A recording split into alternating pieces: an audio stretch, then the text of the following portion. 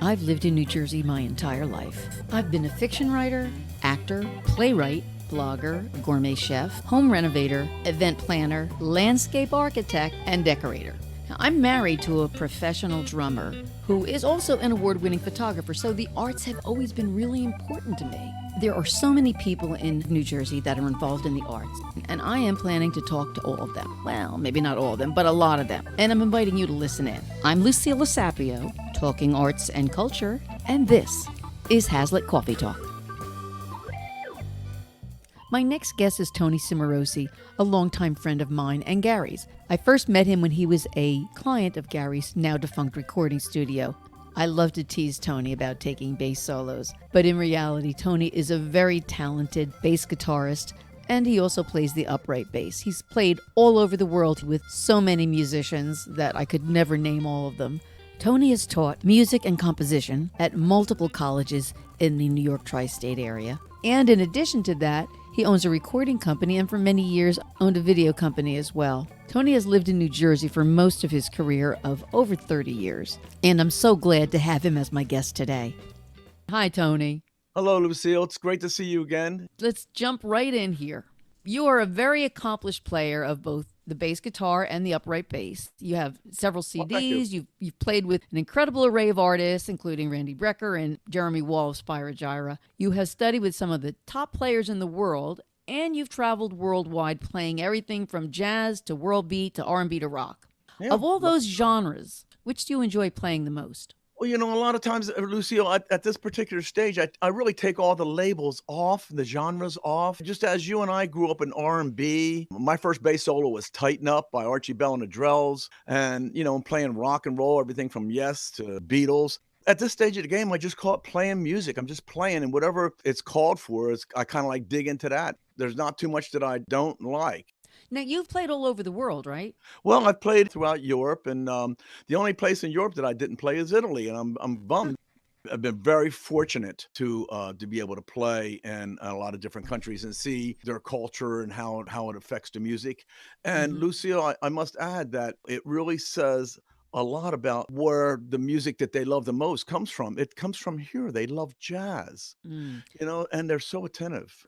Do you have a favorite country, foreign country to play in? Well, that's a good question. I think I would say Japan has a great audience. I did a 6-city tour there. I also have to say Moscow. I did 2 tours, 2 1-month tours in Russia. Moscow's audience is just, the Russian audience in general, they're just so smart, and they love jazz. They love American music. They love us. It's just the politics that are all screwed up like they are. Why do you think that Europeans really appreciate jazz more than American audiences? Well, they're educated. First thing they take away in this country whenever they want to steal money from us is they take away, the arts. And Europe, kids, start listening to jazz music and classical music when they're kids, and they have to understand it in a more active listening way. I know very little about music composition or music theory. If I can't sing to it or dance to it or get mellow listening to it, it doesn't have a lot of value for me. So what would you suggest to someone to be able to better appreciate more music? Well, just because it didn't evoke an immediate emotional response from you with certain music that you didn't understand, I think one of the most important components is to lose the fear of judgment, of thinking that somebody's going to ask you something about what you just listened to, and you're going to think that you don't have the right answer. Let's go on to something else. Now, you hold a master's degree in composition, and you studied at Berklee School of Music, among other places, and you were a member of the Purchase Conservatory faculty for about 8 years, and you've taught at other schools. So you've got these 2 careers, teaching and playing music. Which do you enjoy more? Well, that's a great question. I started playing piano when I was 6, and then I was a tap dancer for a few years. And really? When I You saw were a the tap Beatles, dancer? I was a shuffleball change, toe heel. I love tap dancing. Yeah, I loved it too. Me and My Shadow and Horando's Hideaway were 2 of my specials. I got the guitar when I was 12. As soon as I got the guitar so that I knew how to pick things up by ear. My brother Mike and I, we used to play piano together. We'd play left hand, right hand. When we did that, we had to come to a consensus. We had to agree on things. Intuitively, we had to agree. So it was easy for me to hear chords to like Mrs. Brown, You Got a Lovely Daughter, and Beatles, Twist and Shout, and Louie Louie, and Walk Don't Run, and all these tunes back then. And of course, the neighborhood kids, they wanted to learn how to play guitar. So I was 12 and I picked the stuff up pretty fast, and I started teaching at that age. So teaching music really runs very closely to as long as I've recognized music, starting to play piano at 6. I think that they both kind of work together, but obviously I love playing music more than anything.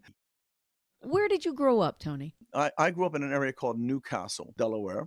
What was the most influential thing in your childhood in terms of, becoming a musician? Well, I think getting the piano in the house for my mother. She played a little bit of piano. It was very impressive. But after my mother saw how quickly my brother Mike and I picked it up, she wouldn't play around us. She got embarrassed, huh? Mike and I were both alpha kind of people. Mike he's a math and physics professor. And of course, and I stayed more into the music. So, but, we were always enough alpha on each other to try to outdo each other or something. I've heard there's a really strong connection between math and music. That a lot of times people who have an affinity for math also have an affinity for music. Have you found that? I mean, it sounds like your brother. I was an engineer major before I studied music. There you go. And I found out very early that mathematics was really not my thing. I mean, I knew it in high school, that math was really not that easy for me. Yeah, but you had an affinity for it or you wouldn't have gone into engineering. I didn't know that I didn't want to do engineering. I was looking for, a certain type of stability. And But you became a musician. You became a musician for stability. That's well, music is just a hobby. Well, yeah, but I was a victim of circumstance too. I had a son right out of high school. I started college, and I figured, well, music I'd play on the weekends, and really that's what we're doing now. You've done a lot of gigs. I mean, you've played an incredible number of gigs. But is there a gig that you've always wanted, but you've never gotten a chance to do? That's an interesting question. I've had some opportunities. Living in New York City over a decade, and then in the New York metropolitan area for 35 years, I was very fortunate to play with some great musicians. And at one time, I had an opportunity. I was playing with the violinist, Michael Urbaniak. He was doing a record called Manhattan Man. And at that time, I'd also had a house up on Lake Como, which is about 2.5 hours from New York City. I decided that nothing was happening in New York, and I went to the lake house. As soon as I got there, Michael calls and says, "Hey, Tony, I want you to come back. I have a recording with Herbie Hancock coming over." Oh. And I said, "Look, Mike, I just got here and I didn't go back." So that would be one that So you never got a chance to play with Herbie Hancock? I never got a chance to play with Herbie. Now, if you knew that this was the last year of your life, how would you want to spend it? With people that I love, playing music, some traveling. I like traveling. Do you think it's more important to be well known as a musician or to be well liked? Oh, hey, listen, I mean, I'd rather be well liked than well known. I mean, you come across a few of them, you say, "I never want to be in his shoes," I'm sure there are a few musicians that you play with that you have pretty negative views on. I'm not going to ask you to talk about them. Well, you can if you want to without using names. A negative, well, post that again? Musicians that you've played with that are just total assholes. Oh, no, I would never answer that question. No names. I'm not saying names, but some things that they may have done that made you consider them as total jerks. Well, like not paying you for a gig, all the challenges and things. I just kind of, back in that day, let's say, because that hasn't happened to me in decades. When something would happen, it would be, opportunists, those types of people. Yeah, and these types of people, Oh, yeah. And so, I mean, I think that you and I could both fill in the same blanks as something like this. So, okay, here's a very esoteric question. It's 2 parts. They've all been esoteric. Oh, yeah. Why does a bass guitar only have 4 strings? And wouldn't more strings give you more options? All the way back to Baroque music, Dragonetti, Bach, of course, they were using 3-string basses. And the things that Giovanni Bottanzini wrote bass music, we're still trying to figure it out today. I think that the 6-string instrument covers an array of tonal opportunities. So like anything, you can abuse something, or you can have a composer's head or a composer's ear and know where you're supposed to fit in on the ensemble. A lot of these bass players, when they saw Anthony Jackson and Patitucci and these guys coming out, went out and got a 6-string bass, and they just wanted to play low guitar. The guitar player gets all the girls, you know? Now, I've noticed, and I've talked to you about this, that a lot of times bass players try to be the center of attention. And you know, my favorite bass player, George Benson's band, what's his name? Stanley Banks. Stanley Banks, right? Always wants to be Great the guy. center of attention. We've hung out. He's a great guy. Well, tell him I can't stand his persona on stage. Have you noticed this, that this is a common thread among bass players? I don't know. I think that, look, Jaco Pastorius did a lot of things with the bass, in his genius, not only as a composer, but as reinventing the bass. That when he came out, and you remember this, everybody wanted to kind of jump into that kind of vibe and then do it. The rock guys had already had that mastered decades prior to that with the theatrics. And I mean, go back to Little Richard and some of these earlier cats, man. I mean, Elvis Presley, they had it too. But they weren't bass players. Well, that's what I was getting to. Bass is always set up in the back next to the drums. So you're already in the back. So you're already taking a passive approach. So I think that has something to do with it. The bass players, it didn't really have the opportunity to come out. But once the electric bass came out, you could move forward more. So I think that that's what brought us out into the open more.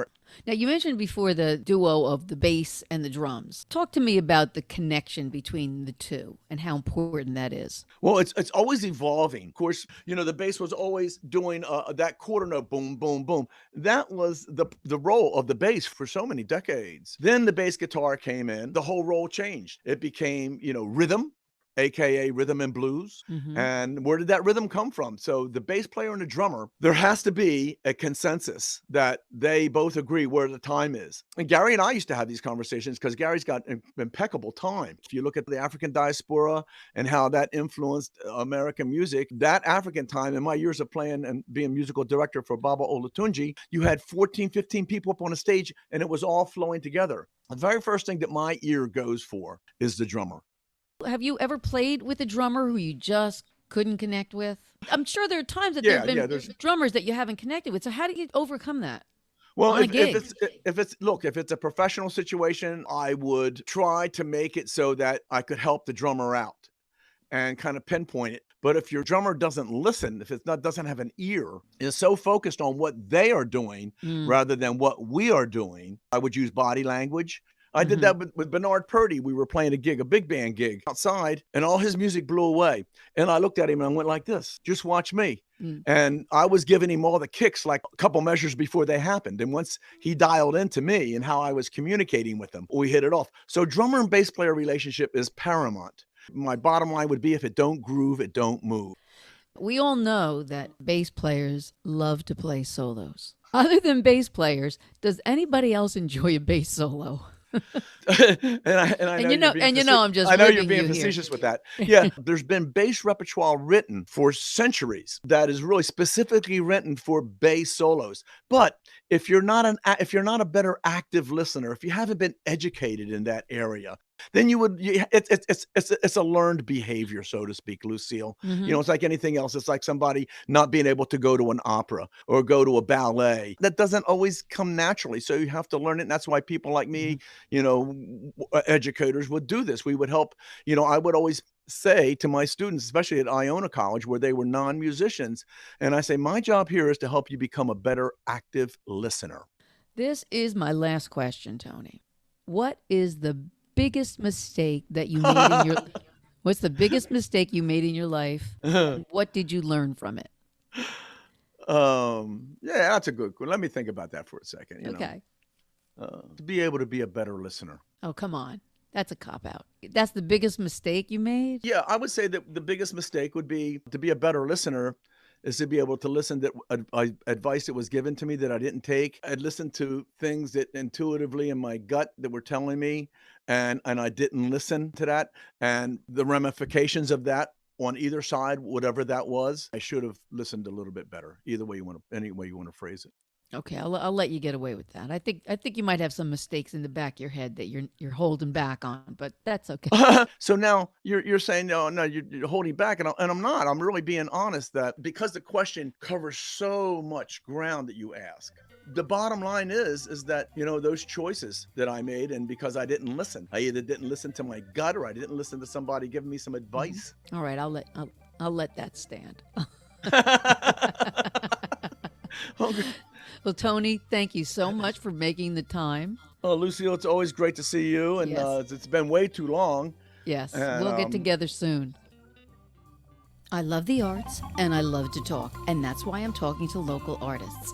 And if you like listening, then subscribe to my podcast. You can do it on this page, on iTunes, or anywhere you get podcasts. I'm Lucilla Sapio, and this is Hazlitt Coffee Talk.